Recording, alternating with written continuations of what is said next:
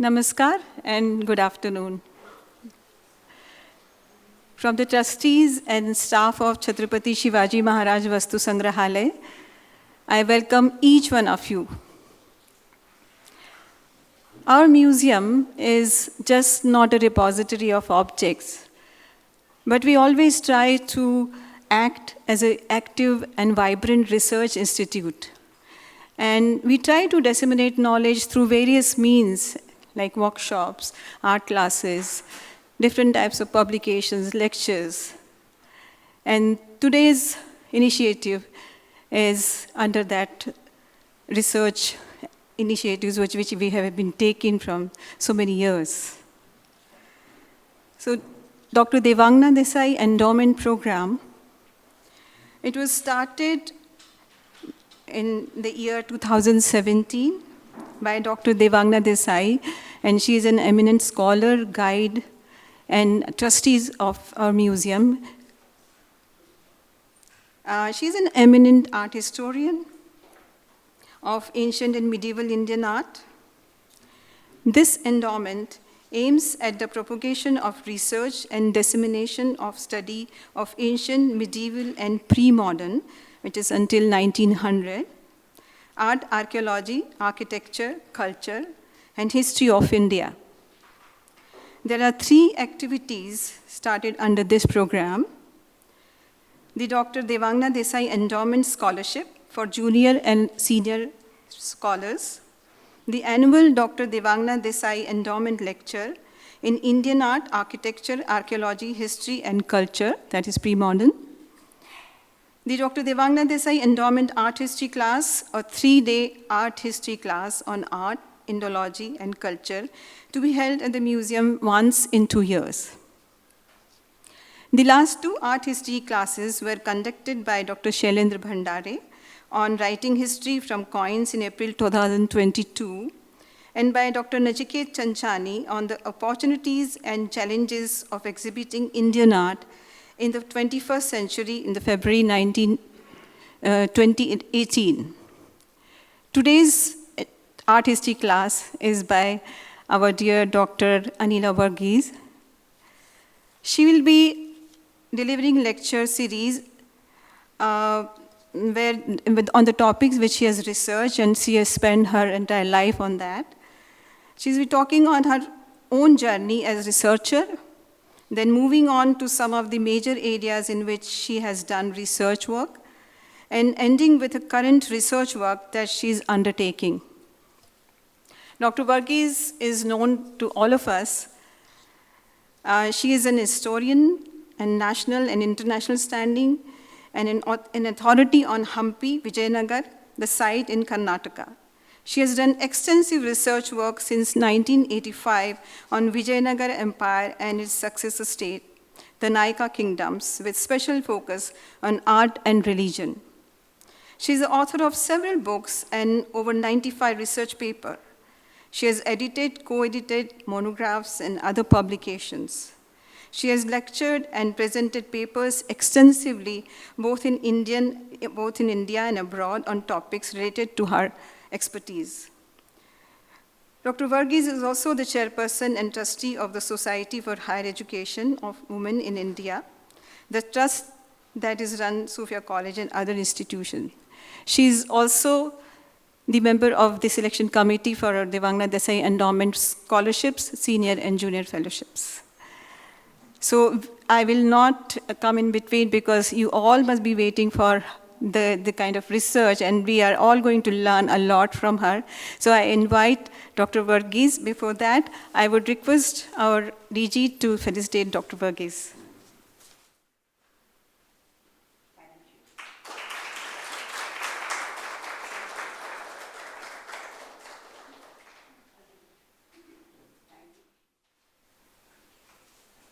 Good afternoon. Firstly, am I audible? Yes. Okay. And after a very, very wet day, it's good to see so many of you. I would like to thank Mr. Mukherjee and the staff of the museum for giving me this opportunity to share on my research work of nearly 40 years. I'm really honored because I've had this is an institution of national and international renown, the CSMVS Museum. I've been honored and happy to have collaborated in small ways, including being on the one committee, the scholarship committee of Devangana of her endowment scheme, to have lectured here, especially the 15th Karl Khandelwala Memorial Lecture, and once or twice other lectures also. I'm very happy to be here because this lecture series has been endowed by a very great art historian, Devangana Desai. When looking around at the field of Indian art history, certainly Dr. Devangana Desai stands out. She's a person whom I respect greatly for the depth of her scholarship and the meticulousness of her work as writer and as editor. It was indeed a privilege to contribute papers to the Asiatic Society Journal when she was its editor. And I learned much because she used to be so meticulous, so thorough in her work. Because of health issues and I suppose the weather, she's not here with us today, present at this lecture, but still it's an honor for me.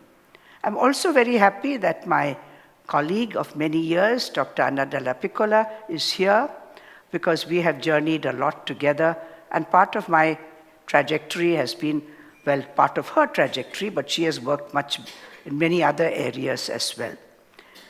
As already Ms. Vandana Prapanna has explained, this is my journey as a historian and as a researcher. And in by sharing on this, I hope it will be of help, especially to younger people who are in the early stages of their research work.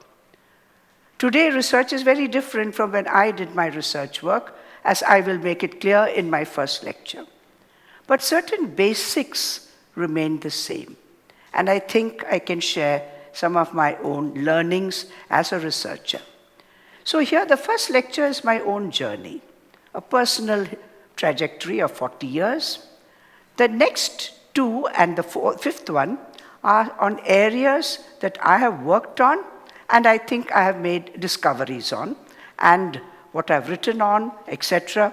And this has been my own pioneering work on temple architecture under Vijayanagara and the Nayakas, the major themes, and on the influences of contemporary sultanates. For lecture 4 is really a borrowing from my dear friend, Dr. Anna Della Piccola, because I'm not an expert on painting, but we have journeyed together because I accompanied her and then thereby picked up a lot. And so here it's also part of our research journey is that we learn from others. We work with others. The last is a present journey. You might say at this age you're going on with research. Yes, I am. And only I don't have the time that I had earlier. As I was sharing with somebody who asked me, well, as principal of Sophia College alone, I could manage research also. As director of Polytechnic also, I could manage, but now I have some other commitments. So I'm waiting for one or two of those to end, to get back, at least even if I've still got one major commitment, to get back to some research work also. So it's a slow journey, and it's a journey which, when we embark on research and you embark on research, we think we are going to do something, and then we find there are scopes and areas that we never really realized we are going to embark into. And we discover new things as we journey along. And that's still my experience as we are journeying in this last topic, which is our current area of research. I say current because I'm doing this project with Dr. Della Piccola. So with that basic introduction, I move on to my first talk, which is on 40 years of research, experiences, insights, and learnings. Well, when I first went to Hampi, I was even younger than that, but that was, 24 and a half years ago, on New Year's Day, the great Millennium Day, on 1st January 2000. I landed in Hampi after an overnight train journey from Mumbai via Guntakal station, changing to a small local passenger train, and then scrambling and arriving in Hampi. And the whole group that was there were at the great platform, and somebody clicked that photograph. So I was rather disheveled, but that's what I looked like in 2000, when I was well into my journey as a researcher. But that's in Hampi. Now I'm going to divide my whole work into five areas. Before PhD, PhD research work, postdoctoral research work, including work as a research guide and editor, and then research consultancy. The last two overlap in time. Now, before I really proceed, I just want to offer an apology. I do have an asthmatic cough, and if I suddenly cough, don't panic. I'm used to it, and I just stop and take a little breath and a little drink of water, and then I will continue. Also, I cannot stand for very long. If I sit down, don't think I'm just going to collapse. It's just that I need to sit down. So with these two apologies, well, I will proceed. Well, for the first areas before PhD. Okay. As I look back, I find it difficult to pinpoint a particular moment when I realized that I would be a researcher one day. Perhaps my earliest memory of thinking of research as a possibility is from my time when I was a junior BA student of history in Sophia College. In those days, there was a 2 years inter-arts and 2 years of BA. We were asked to do an assignment on the significance of the First Battle of Panipat, 1526. I went to the library and spent long hours there, reading all the books I could find on that topic. And then I wrote out and submitted my assignment. When the teacher corrected this and returned the assignment, she called me aside and she put the following question to me. Have you thought of research as a career? Evidently, from reading my assignment, she sensed in me a potential for research that I did not know was there. I was only 18 years old at that time. And to me, I was not even 18, I can't remember, but to me that question seemed rather bizarre.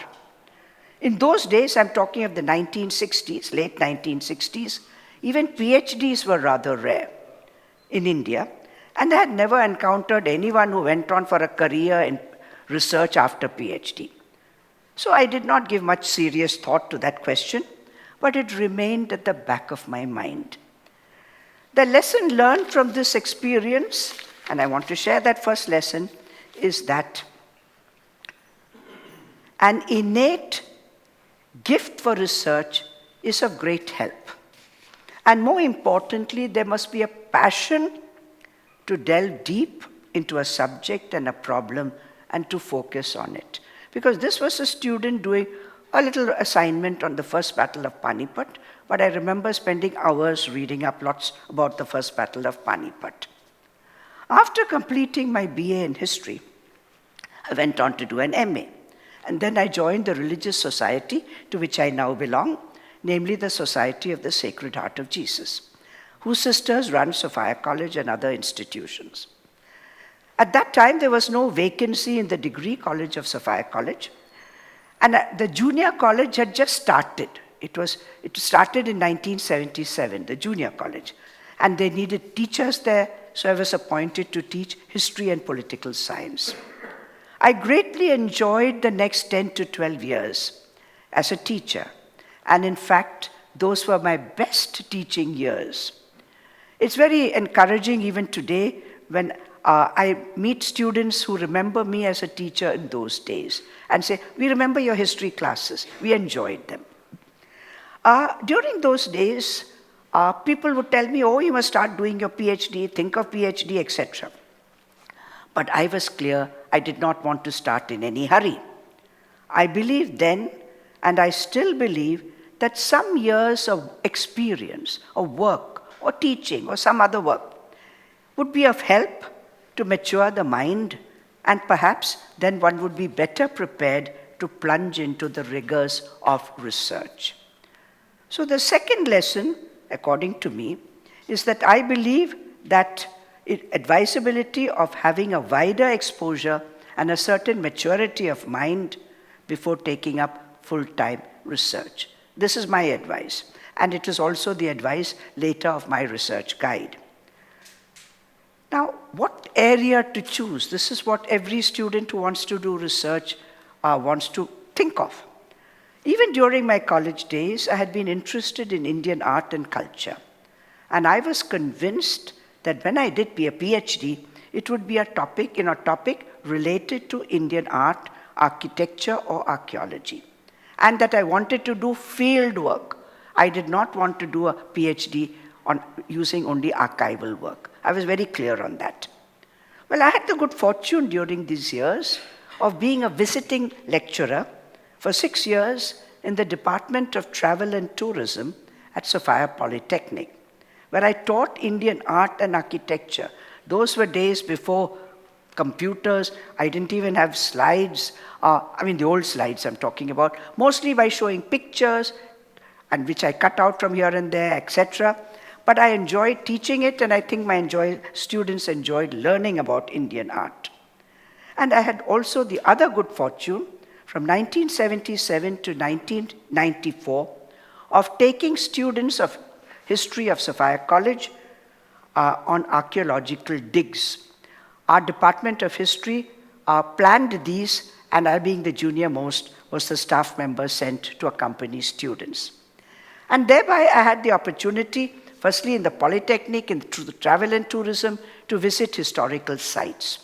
And secondly, in Sophia College, going on digs to places such as Fatehpur Sikri, where we spent 10 days twice during those years, Inamgaon, a Chalcolithic site near Pune, Borgaon, a site near Nagpur, which was a megalithic site, and finally to Hampi.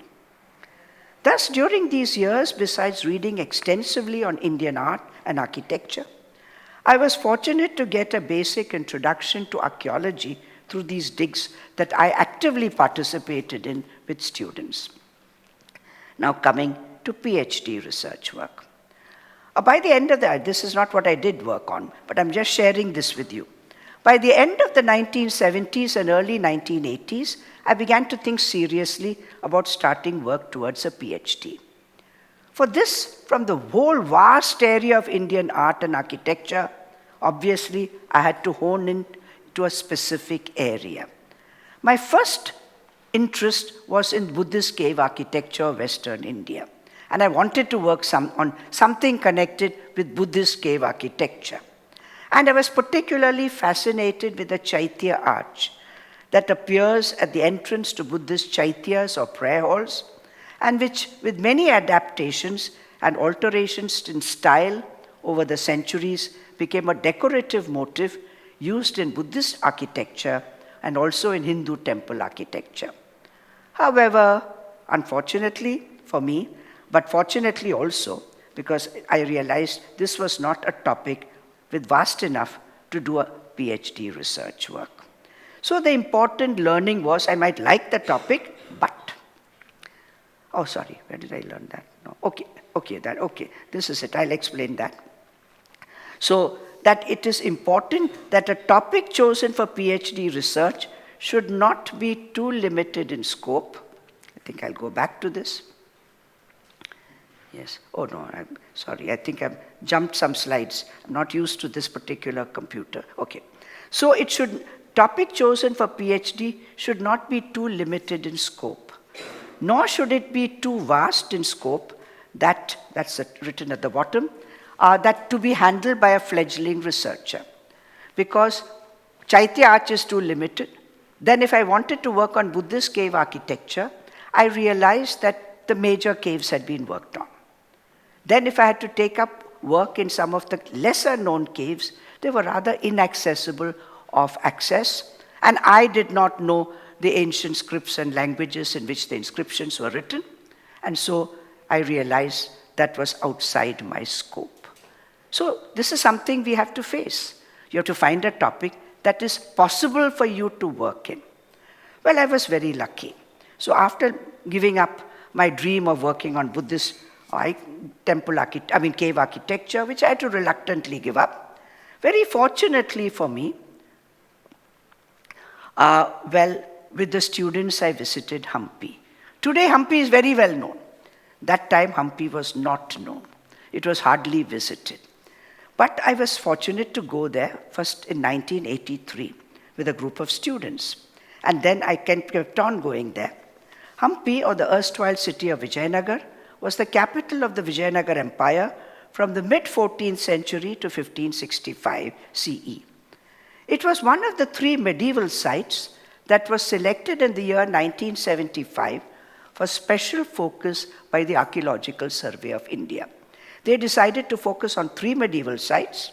One was Fatehpur Sikri, the second was Champanir in Gujarat, and the third was Hampi.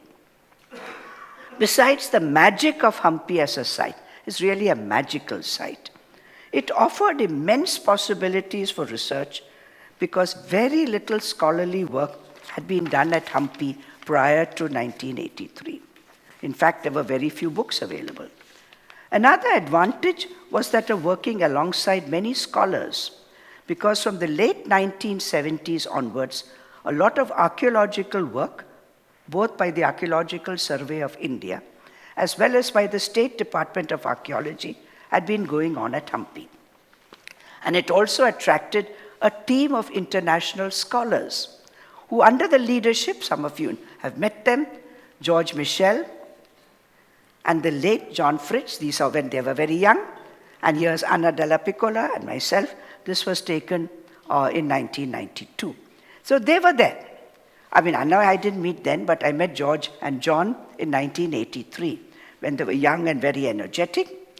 And we, the Sophia team, were permitted to stay in the camp, this is the camp of the State Directorate of Archaeology. This is the second version of the camp. In the first version was in tents. We lived in tents. But it was safe accommodation and very reasonably priced accommodation. All these Sophia girls and myself, we were in one large tent with beds all next to each other. And in those days, for stay in the camp for one day, guess what we were charged per person? 20 rupees. And today you can get a cup of chai for 20 rupees. That 20 rupees was for staying in the camp, plus all the meals that we had for the day. Yes, it included the meals also.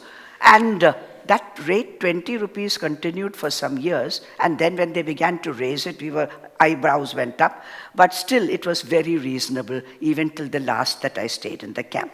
So there was a reasonable place to stay, a safe place, and good company, and scholars working there, etc. So I decided to take up work at Hampi. But I was wondering what to work on, because nothing had been worked on. There was so much to work on. It was Dr. George Michel who suggested that given my background, because my background was religion, I should work in religion on the city of Vijayanagar. Thus, I started my long-term research in the area not just of religion at Hampi, but also its art and architecture. While deciding on a topic for my PhD, besides reading extensively from secondary sources, I also met a number of senior scholars. And I'm grateful for the help and advice that I got from them. I really went around meeting various people.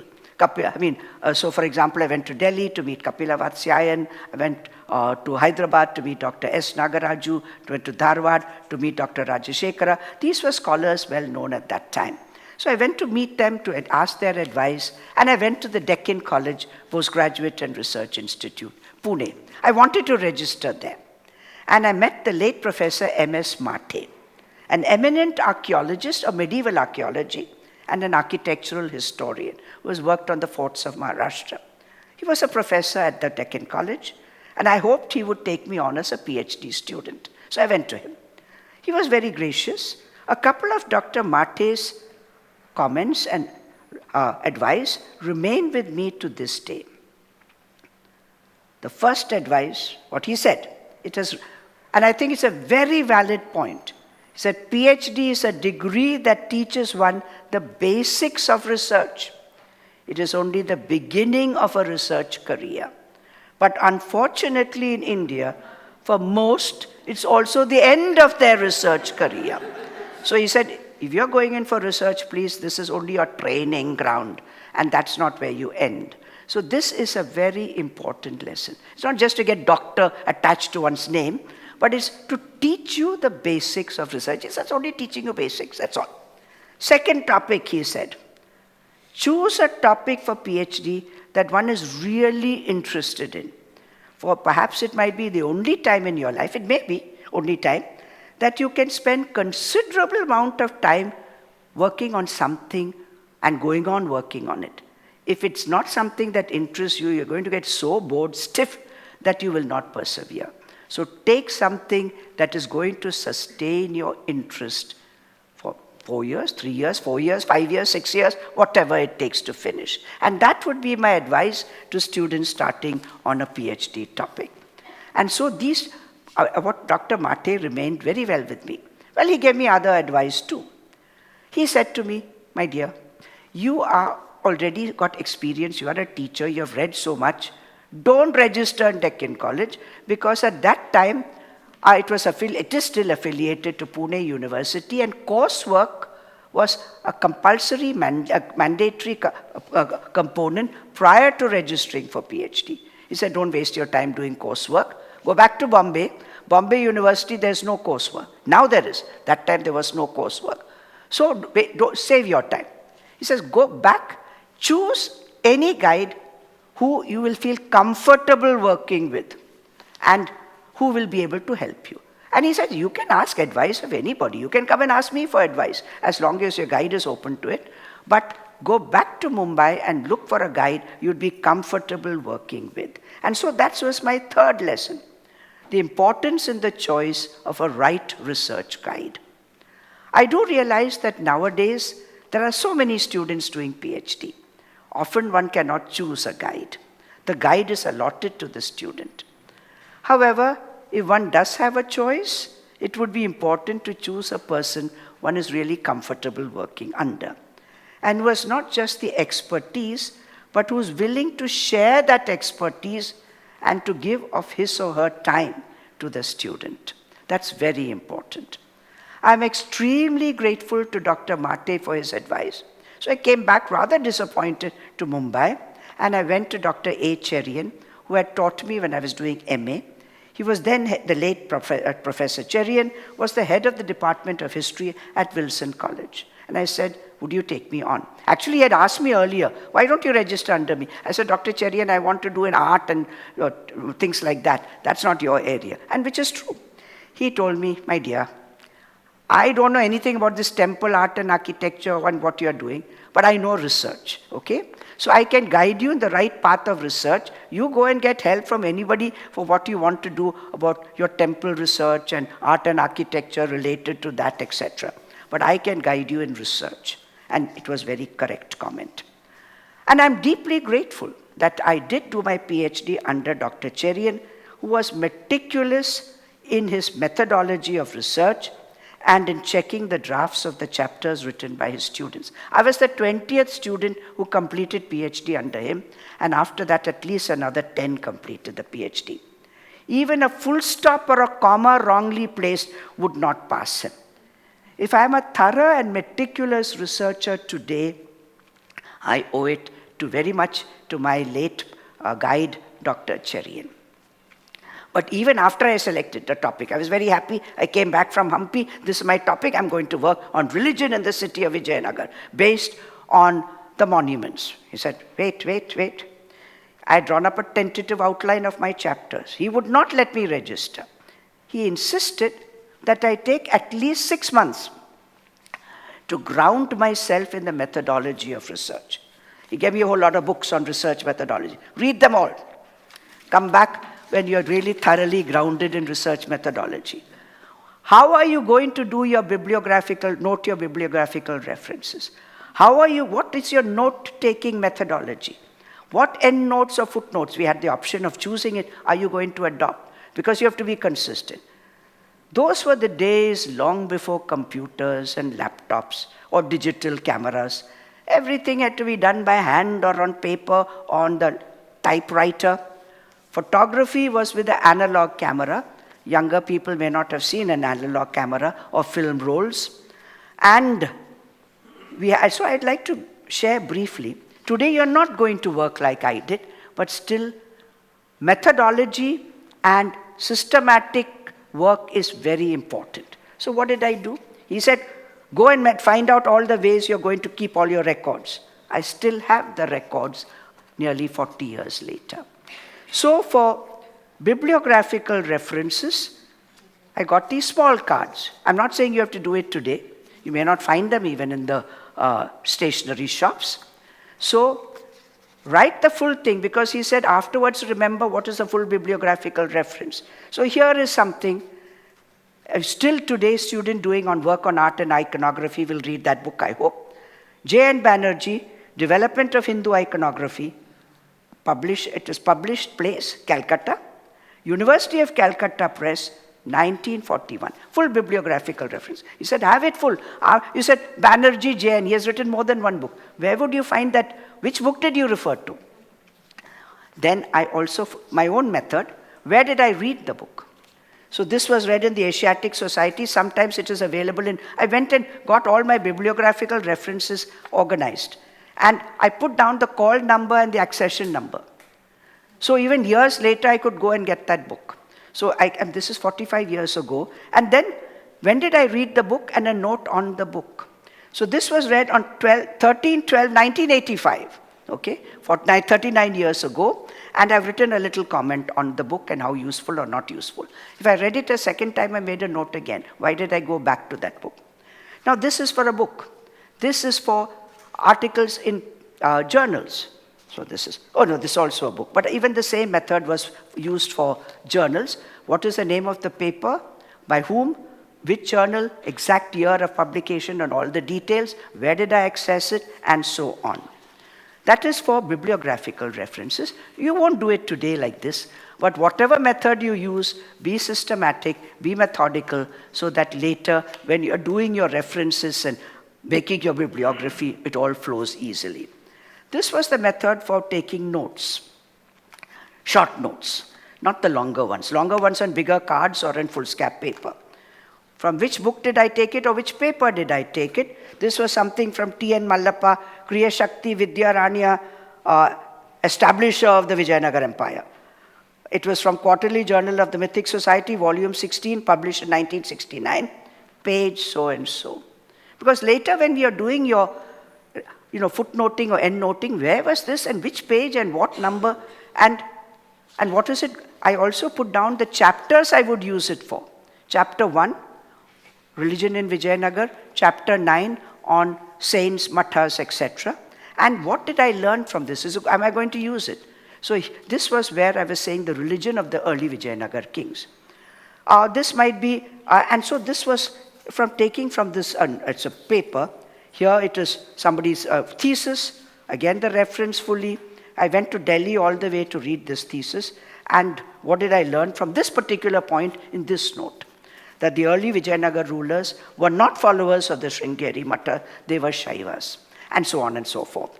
So this type of, then I arranged it in card boxes.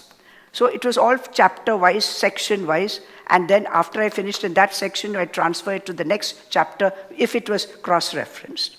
And if it was larger notes, I had short notes like this in these boxes. So when it came to writing, because it was so systematic, it was very easy to begin writing and to check all my references, and I had it all.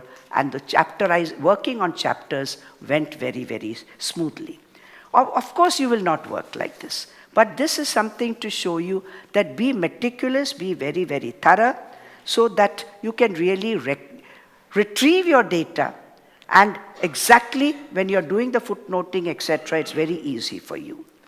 During these years of my PhD research, besides field trips to Hampi, I also made trips to Tamil Nadu to visit the great temples there, and twice to Karnataka to visit Hoysala and early Chalukya, later Chalukya temples. I went to various libraries. Today you're very fortunate. You can get so much on the online. But then you had to really scout, go around the libraries. I went to here or the different libraries, Bombay University Library, Asiatic Society. I went to Delhi University just to read one thesis, to Karnataka University in Dharwad, to Mysore University Library, to Deccan College Library, and spent time in these libraries. I was working on a shoestring budget. The most basic methods of travel by train, state transport buses, etc. Those were days before mobile phones, even before the STD. Now, STD nobody remembers, but we had those little boxes you could go and make calls from. So once I began my travel, till I returned, nobody knew where I was. I was wandering around. But it was adventurous. But today I say, how did I do it? Once I left Sophia campus and wandered off, well, I tell them when I'd be back. But where I was, how could they track me? And no way of I could get in touch with anybody. Sometimes trips could be very adventurous or too adventurous, even risky. I think when I was young, I was foolhardy, perhaps. I remember being caught in the middle of a cyclone at Gangaikonda Cholapuram, waiting for the state transport bus to arrive. And an even more exciting moment, I went to Hampi during Dasara break holidays, or Diwali break, all on my own. There was some staff during the day. At night, there was only a watchman and myself in the camp. Today, I wouldn't stay like that. I think I was very foolish. And there was a thunderstorm like we had last night, and the tent came down on my head. And so there I was in the middle of the camp with the tent on my head and my things all wet. But the watchman was very kind. He was an elderly man. He pulled me out from there and took me to the canteen. There was a canteen, and put 2 tables together and said, rest here for the night. Next morning, we'll see what to do. Those were the days of the tents, then replaced by huts. I was fortunate to receive a 2-year pay-protected research fellowship from the Indian Council of Historical Research. And besides my salary, I was paid a contingency grant in those days. For 2 years, I got 10,000 rupees. This contingency grant and some other tiny scholarships that I got, 1985 to 1989, covered the entire expenses of my PhD research work, including all my field trip and all my stationery, including the final typing, binding, everything. And I still have my expense sheet. The total expense for 4 years was rupees 19,000. Well, today, I think with one field trip, it would cost more than that. But, we worked on a shoestring budget, but still, it was tough going, but I enjoyed it very much. Now I come to my work in Hampi. Hampi, or the city of Vijayanagar, this is it here, on the Tungabhadra. Here it's right in the Deccan. How to start work over there? Fortunately, this whole area of 325 square kilometers had been put on a grid by the Vijayanagar Research Project of Dr. George Michel and John Fritz. And they had each is of a large area. And these were each divided of 25 square kilometers, each of these, A, B, C, D. The central square N is where Hampi is. This is it, of 25 square kilometers. Each of these was again divided into NA, NB, NC of 1 square kilometer each. This is square N, the core site of Hampi, and each of these NB, NA, B, C is 1 square kilometers. Those were subdivided into N, capital A, small a, and so on. Now with this system, each standing monument or structure could be identified with a number. So Virupaksha temple is NF small w/1. The Vithala temple here is NHA1. Krishna temple NLM4. Because when you are doing work on such a vast site, to have some way of recording what you are doing, where exactly this temple is, or structure is, or sculpture is, or inscription is.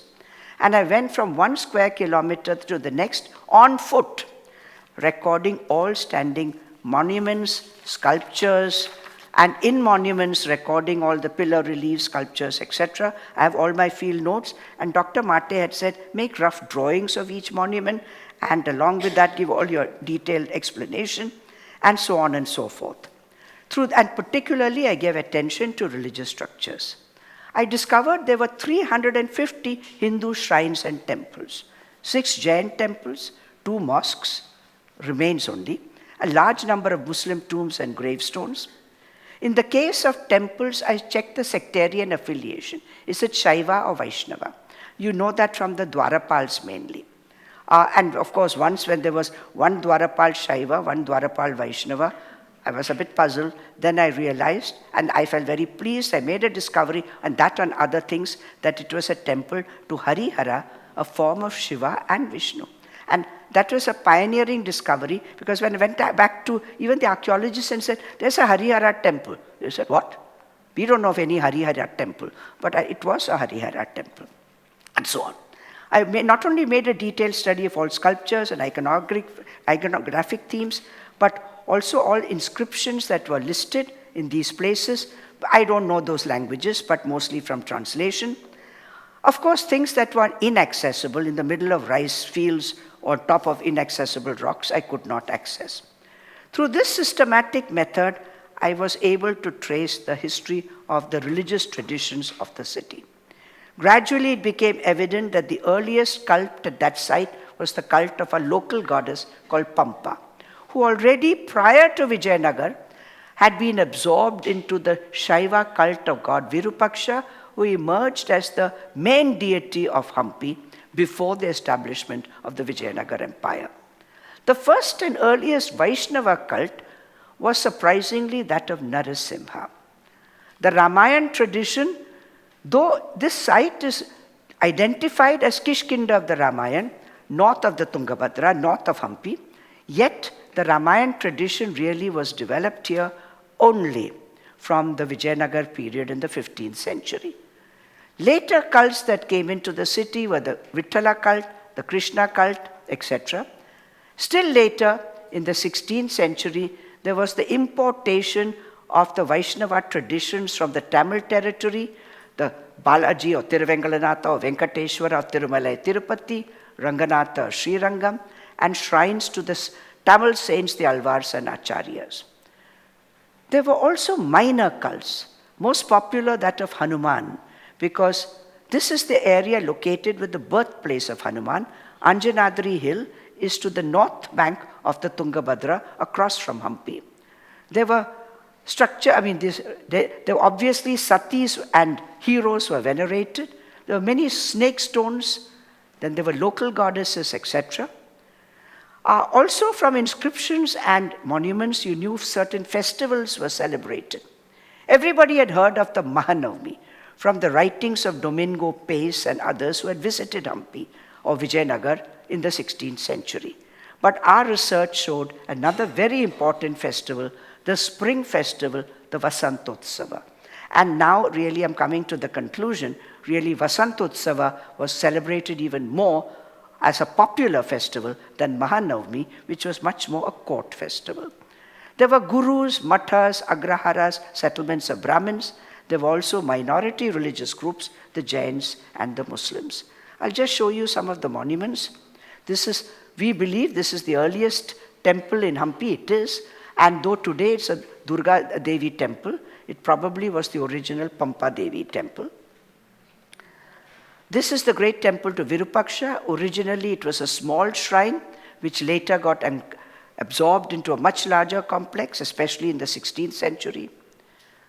This is a small temple to Narasimha of the 14th century on the south bank of the river, and the great Narasimha monolith constructed at the orders of Krishna-Devaraya in 1528.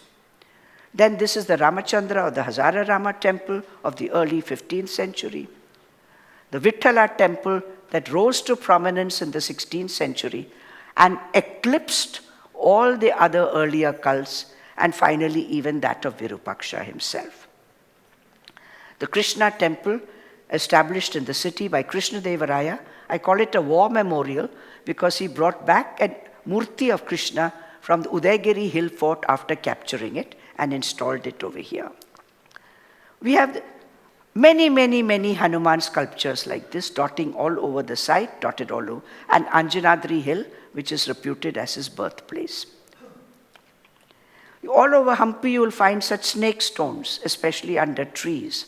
Some of these are modern. Suddenly I found some inscription in English. Oh, I said, this is not Vijayanagar. Then I found it was a modern day, a gentleman who had prayed for children and then put up this snake stone. There were sati stones. This is sati stone. This raised right hand is shown as a sati. There were sati cum hero stones, etc. This is a Jain temple. There are 6 such Jain temples over there. The latter one was built by Devaraya II, or donated by him. There were also traces of of a Muslim mosque and many tombs. Now I move on from here. This is my PhD work to my postdoctoral work. I received my PhD degree in 1989. Research work continued even after this.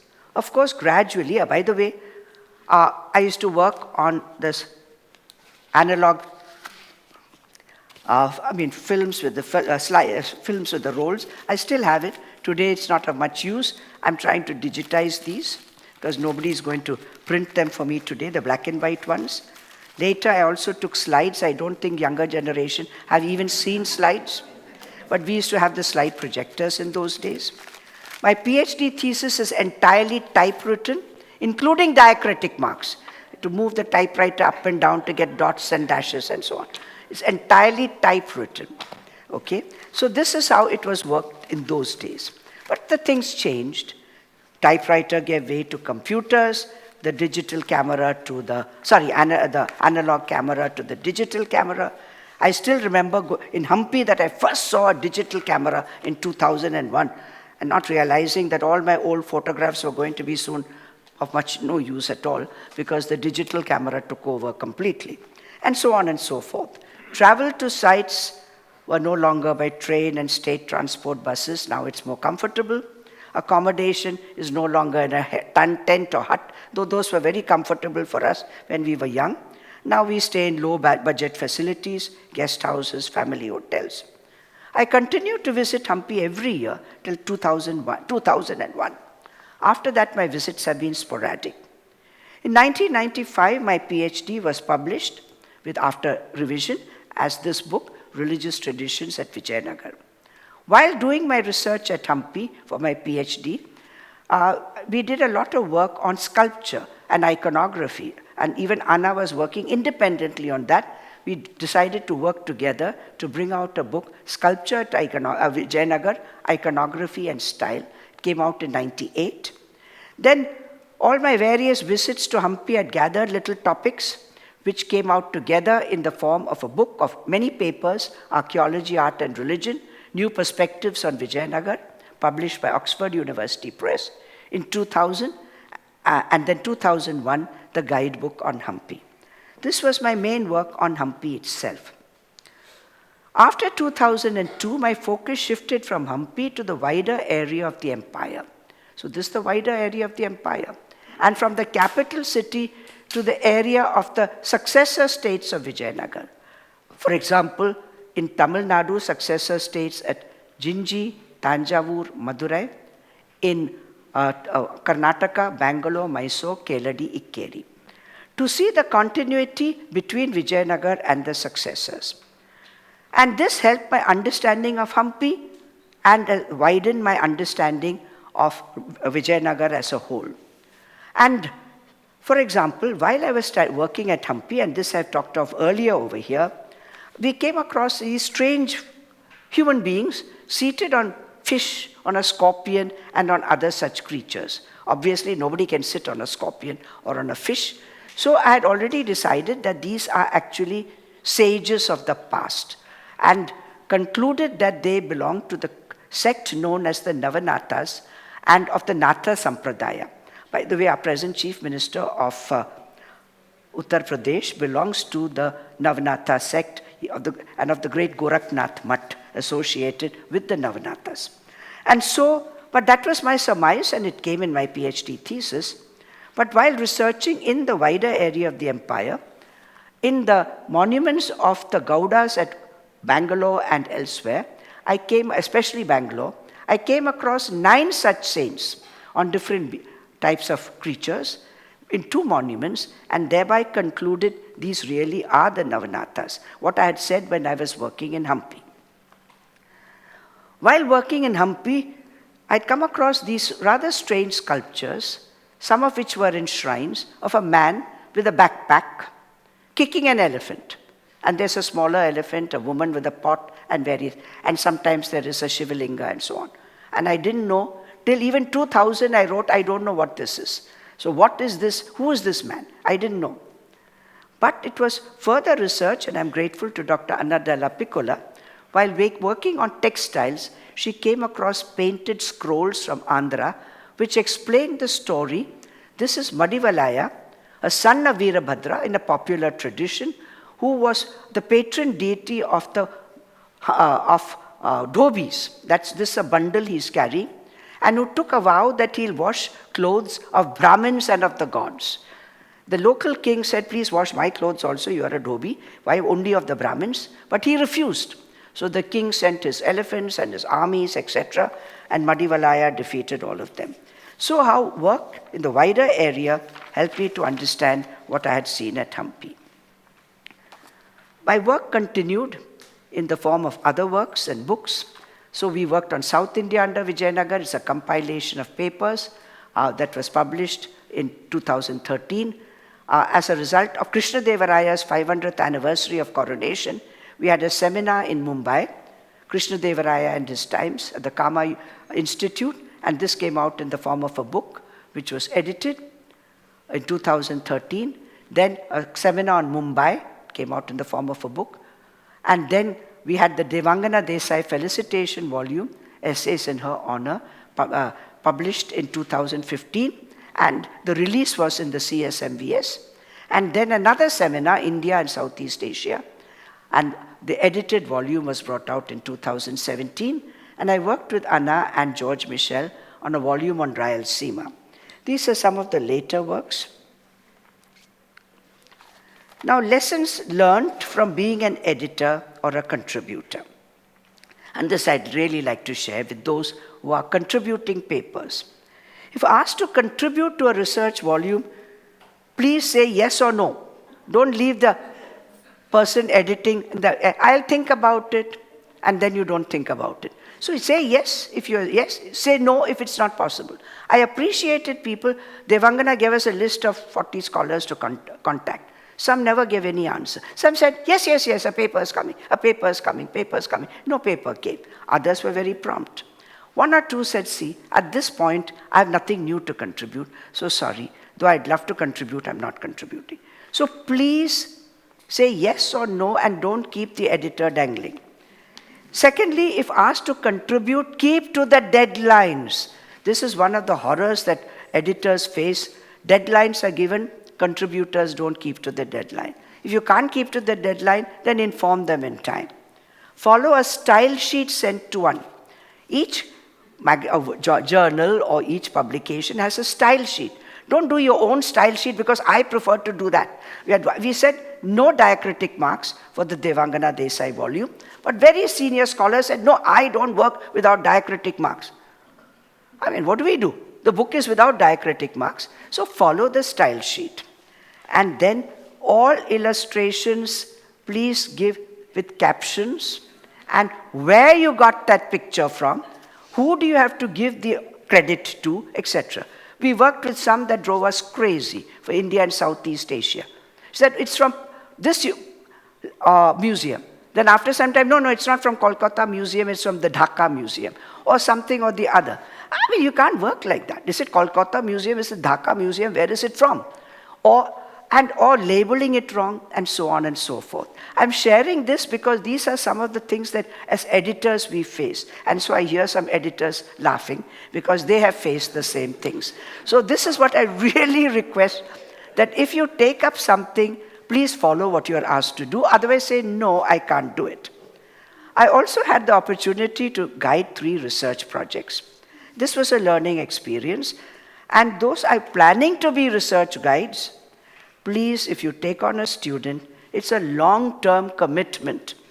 A commitment to ground the students in requirements of serious research and to give time to the student in the initial stages and when he or she is writing the chapters. Well, there's one student of mine who's today grateful, but I made her rewrite one chapter 12 times.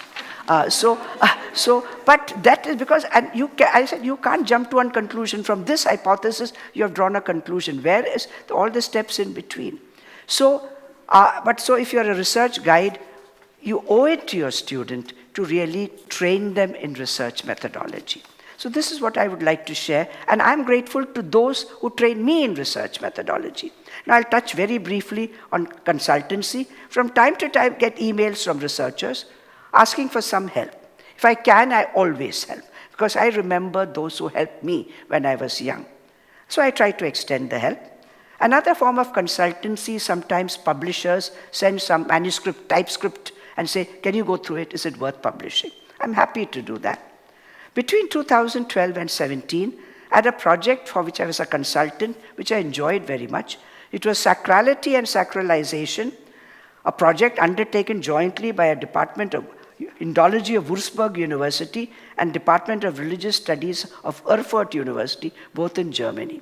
So I was a consultant because Würzburg was concentrating on Hampi and Erfurt on medieval Europe. So I had the privilege of going 3 times to Würzburg on short-term visiting professorships and to accompany the team to Hampi in 2017. But we get other types of requests. A couple of years ago, a production house in UK which specializes in documentary films contacted me via email, WhatsApp. They said, we are doing a documentary on the spice trade. A wonderful topic. And we want to bring Hampi into that, into spice trade. So I said, honestly, I'm so sorry.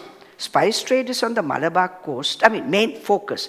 Hampi might have consumed spices, pepper, and so on. It's not the center of the spice trade. If you're working on the diamond trade, yes, Hampi was a center. But they wanted Hampi to be brought into the spice trade. So I said, I'm sorry, I cannot help you in this. So they went to somebody else. And so I didn't see the documentary, but Anna says that she saw the documentary. The person didn't talk anything about spice trade. She spoke of the musical pillars of Hampi. Well, even I could have done that. But since I was asked about the spice trade, I said, I cannot do justice to talking about spice trade in Hampi. So I declined it. So you get requests like that. But I'm also happy when students, now that my papers are online, say, can I have a copy of this or that? If I can oblige, I give it. Now, postscript. Well, transition, before I end, well, I'm just saying so that I'm saying this I finished. Now, this is a postscript. At the end of my nearly 40 years of trajectory, I realized I moved from typewriter to computer, analog camera to digital camera, etc., etc., etc. Earlier, proofs were sent, packets came to us. When Anna and I were working on the book on sculpture, I would write one chapter, post it to her in Edinburgh. She would write a chapter and post it to me in India, and then all our comments and all went by post. Today, it's all very fast. We all work on computers. We send whole books and chapters by email. Those days, it didn't work like that. And today, we don't get off prints anymore. We get the digital prints, and I've tried to keep pace with the times. But there is one major transition. The transition to the online and digital modes. I've begun taking small steps. I know I have a long way to go. But the COVID pandemic really forced me because I realized people now are all online.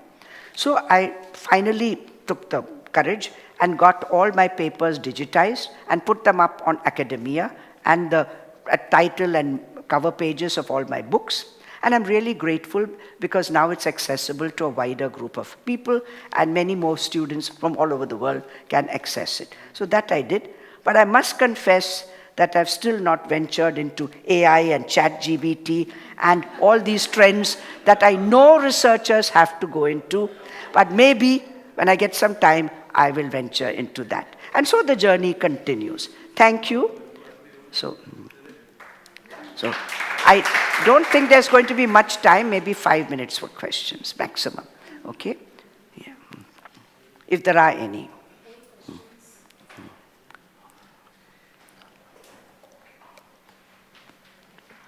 And I wish all those of you who are embarking on this exciting journey all the best. It's much easier for you, but it's also going to be more challenging for you. Yes.